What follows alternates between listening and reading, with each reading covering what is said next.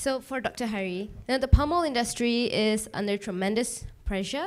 At the moment, there's growing criticism about the environmental impact of palm oil. And at home, the industry is struggling with labor shortage in estates. Now, Sime Darby is already using AI and digital technology. Can you tell me a little bit about that? And how are you using it to address sustainability and productivity?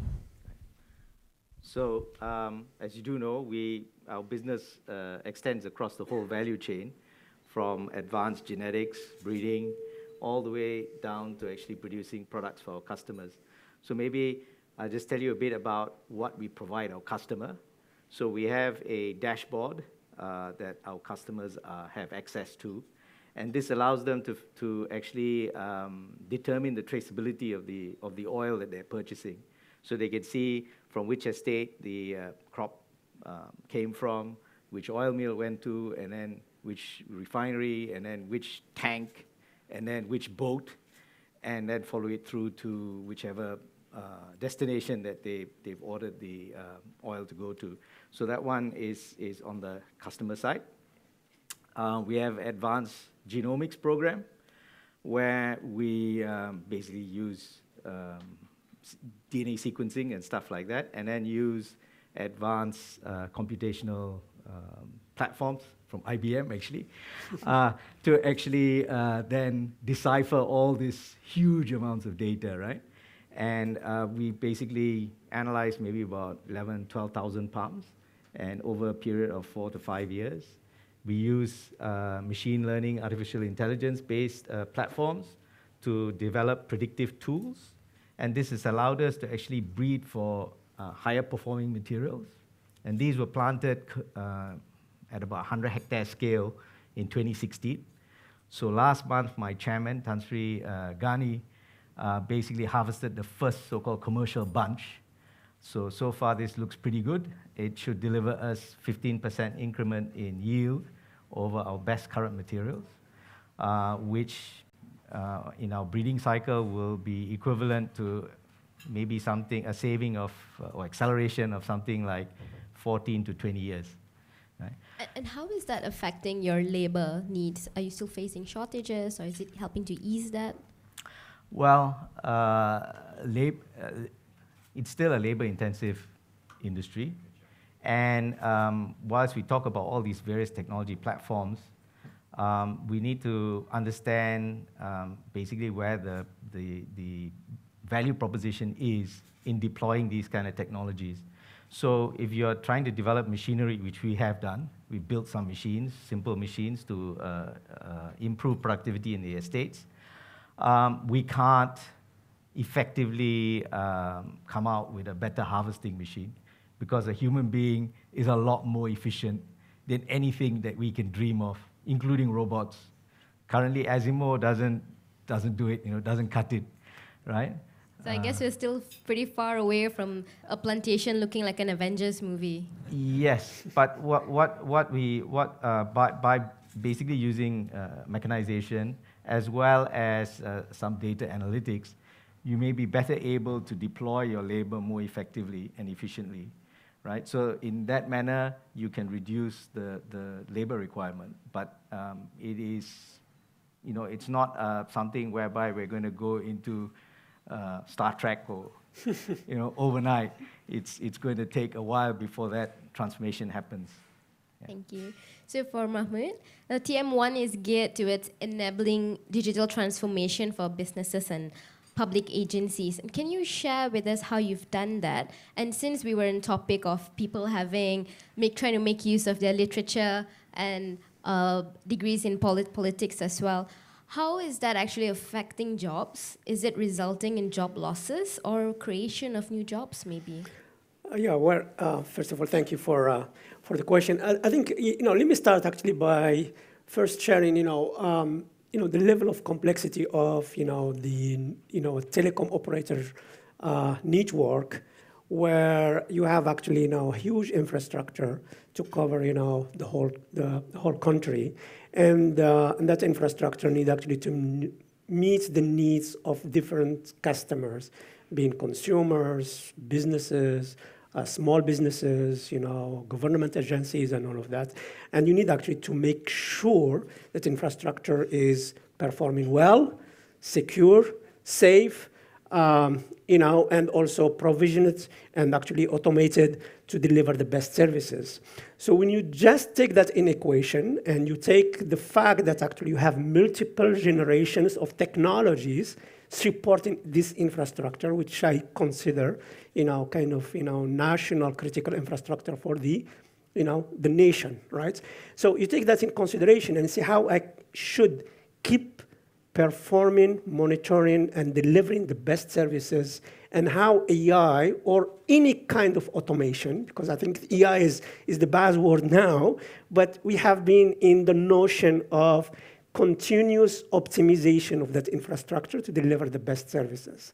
And that optimization of the infrastructure, part of it was always automation. Automation means I want to do things better, faster, more accurate, and react to the customer demand or the customer service level agreement and things like that. So now the beauty of AI is actually coming to augment whatever we have been doing before, i.e., better monitoring the network, reacting properly to the customer requests, doing some, kind of predictive analysis and predictive maintenance for equipment. So that's where really AI is augmenting our capability. So if I take that and I, share that with the personnel that have to operate, monitor, and manage these networks, actually they are welcoming AI, because when an incident happens and a fiber optic gets cut somewhere, and then they need to reroute the traffic from one part of the network to another part of the network. Yes, they used to have tools, right, in the past, automation tool that helped that kind of traffic management, but they were not sufficient enough to take consideration that incident. Now with AI, if I actually accumulate data and how we manage that kind of situation, AI is going actually augment my capability actually to react fast as well as adequately to that incident, as an example. So that's really one part of it when it comes to augmenting the capability of the operation and the management of the network, and that's what TM and TM1 is actually have been actually doing before AI, and now with AI is augmenting our capability, because it's actually we get more data and more possibilities to react properly to that situations. And we also talked about perhaps maybe that some staff have to be reskilled, or is it a sense of just applying someone's skill set somewhere else? Could you share with us a little bit about that? So yeah, I think there are two things here, and I think one, reskilling is for me is a continuous kind of scenario. I mean, we had to reskill ourselves over the last, and it's not only TM story, is all of us, we have actually to reinvent ourselves every 3-4 years, and new things comes, the internet comes, we had to learn internet, digital comes, we had to learn digital. So AI is one of the new things that we had to do. I think the story is in the reskilling when we deployed what we call actually field management. That actually an application that actually help actually our installers to kind of properly assess a situation when they go to install a new equipment and be assisted with that application that we call Swift. Of course, they used to do things in one way, right? They will go to the site and they had their own way of estimating what need to be done, how things need to be troubleshooted, how they need to interact back with the command center and all of that. Now, all of a sudden, they have a new app that actually augmenting their capability actually to understand what's going on the field, and the reskilling was how much trust should be making on that app, because they used to do things themselves, and now actually the app will tell them, well, according to these 3 parameters, you maybe should be doing this, right?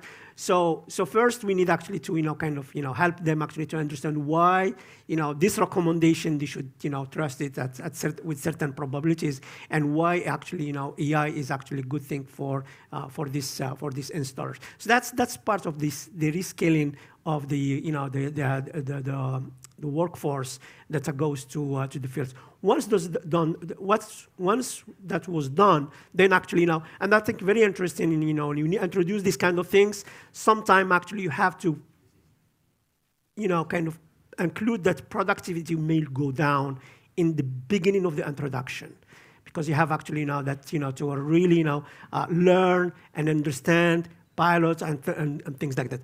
Once that upskilling is done, once people are comfortable with new way of doing things, I don't say new technologies, new ways of doing things, because the business process need to be worked out and all of that. Then actually the productivity goes very high, because the trust goes very high in that application, and actually the customer satisfaction goes high and all of that. But that's I think the challenge I see there is we focus on that period of when the productivity goes a little bit down, and there is kind of loss of confidence. It is going to work, not work. People sometimes tends to say, no, this is this is not going to work, and no, you should insist and really make it work. But when you make it work, definitely the productivity goes up, and the customer experience and customer satisfaction goes up as well with that. Let's talk a little bit more about that customer experience. So one of the ways that TM is using this technology is through chatbots, yes, and also predictive marketing online. Yes. Now, could you tell us a little bit more about this and describe the customer experience?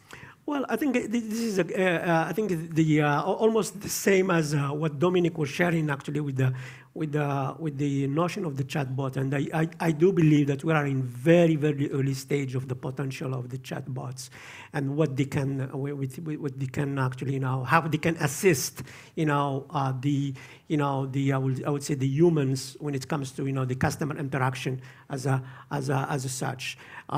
If we all believe actually the data is important, actually the data is the new infrastructure, and if you have that new infrastructure, how much a human can, if I make a phone call or an email or even actually normal chat to a human, and that human can react fast, integrate all the data, know your profile, know you maybe you have been talking about in social media, and actually kind of interact with you in the best way to satisfy your needs. It's clearly human cannot do that, right? So maybe your journey before calling started already on social media, and you asked already help friends how I do this, right? So human cannot do that. If I have a chatbot and the AI behind it, as soon as you call in or you start that conversation, in a fraction of seconds, I can actually understand your context. And as Dominic was saying, I can understand your intent, right? And based on that, I will actually, try the best with the chatbot to answer your question. If of course, it's not, I see that actually, it's more complex, then actually augmented with human. But now the beauty of it with human as well has actually access to that, that whole history around, the whole multi-channel that you interacted with, and that's definitely, I think where definitely it adds value when it comes to the customer, experience. Now, when it comes to the marketing side of it, I want to actually share a story around the marketing as the, as the CMO of TM1, and actually I want to actually also, jump on the skilling and upskilling and the need for that. So clearly, as a CMO, when we started this journey, our, the level of the knowledge about digital and all these, beautiful things like AI and so on was very, very, very limited. And I looked actually the, situation, and I thought it's going to take ages to, kind of bring all the team at the same, same level, at least talking the same language and addressing the challenges in the same way. So there is an investment that needs to be done on that. Personal investment, that was the ask for all the team, i.e. everyone has to own his own kind of upskilling capabilities. But in the same time, something that actually I supported the team with. And I actually put a program with one of the universities here, which was actually MMU, to set actually kind of something like 8 weeks programs where half a day, half of my team will go to MMU to learn. And that was the investment. Actually 50% of the team was tasked to go to the university and not on-prem university to kind of think differently, engage with the other people. And actually, it's actually half team 1 day. It's not half day for 8 weeks. So every Thursday, it was actually a learning week for us. And the result was fantastic. We did an assessment before, an assessment after. Of course, all of a sudden, they all speak the same language. I don't say that I build actually, data scientists out of that, but everyone understands, what is big data, what is predictive marketing, what is digital marketing, what is chatbot, and then, and you inject new resources in that, and that's actually how you create that kind of, ability to, keep upskilling. But that was not the end. As I said, everyone has to upskill himself, and own that kind of continuous learning. Otherwise, today we're talking about AI. I don't know tomorrow what we will be talking about. So we can't stop in AI. That's absolutely true. The continuous learning part. For you, Dr. Hari, what about Sime Darby? How are your customers reacting to how you're using AI and also automation, either in your estates or in mills or throughout your supply chain? How is it changing the way that you deal with your customers? Well, mentioned earlier about the dashboard. So in that regard, I think the customers are quite happy about that. They reduce their level of, or they increase their level of comfort with regards to the risk they're exposed to, given that oil palm is vilified everywhere.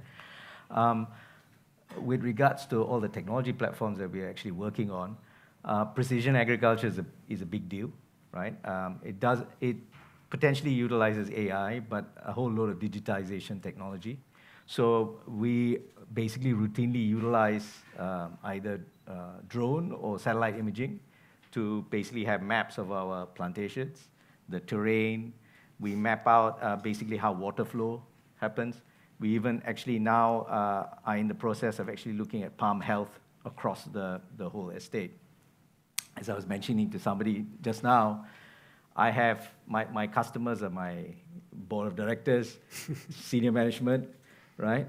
As well as 80 million oil palm, right? So I have 80 million oil palm who do not have a voice. And they Not yet. Not yet. Yeah. So they have needs, right? Today, those needs are not fully optimized, let's say. So we're moving towards, let's say, an era whereby each individual palm will have its individual needs met. That means to say the right amount of fertilizer, the right inputs. If it's, say, diseased, it can be then dealt with, and so on and so forth. And this is not possible to do without all this digital imaging technology, because in Malaysia alone, we have more than 300,000 hectares. I've been walking many hectares, and I can tell you 300,000 will take you a long time to walk, many golf courses, that is. So it's not possible to do it in the traditional manner. But by utilizing and putting together these various technology platforms, it then provides us a fantastic opportunity to really revolutionize the business. And in terms of perception of palm oil, you said that palm oil is vilified now. How is that ensuring that traceability, that sustainability through AI, how is that helping in terms of the customer's perception of this oil? I think there are two levels of customer. One level is the major buyers of the oils, okay, meaning the Nestle's and so on and so forth, so they use it in their product. The other customer is the person on the street who buys the product. And to a certain extent, I think there's misinformation with regards to, let's say, the negative impact of oil palm. And the story is not well told, right? So in terms of productivity, we are 4 to 10-fold more productive than the best competitor. Brazil is being clear-cut to plant soy to supply non-GM soybean as animal feed for Europe, right? Because they're anti-GM. And so sometimes the argument with regards to what is acceptable, what is not acceptable, what is environmentally damaging or not, are blurred and quite complex. But at Sime, our way forward is that we are going to increase productivity per unit area. Our new genome materials, if compared to today's yield, if we can plant up that 300,000 hectares in Malaysia, it's equivalent to having an additional 50,000 hectares of land. The extra oil will feed 15 million people. So those are so-called without any additional inputs, right?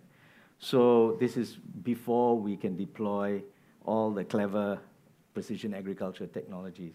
So the intention is basically to reduce our environmental footprint and increase the ability to deliver food to the growing world population.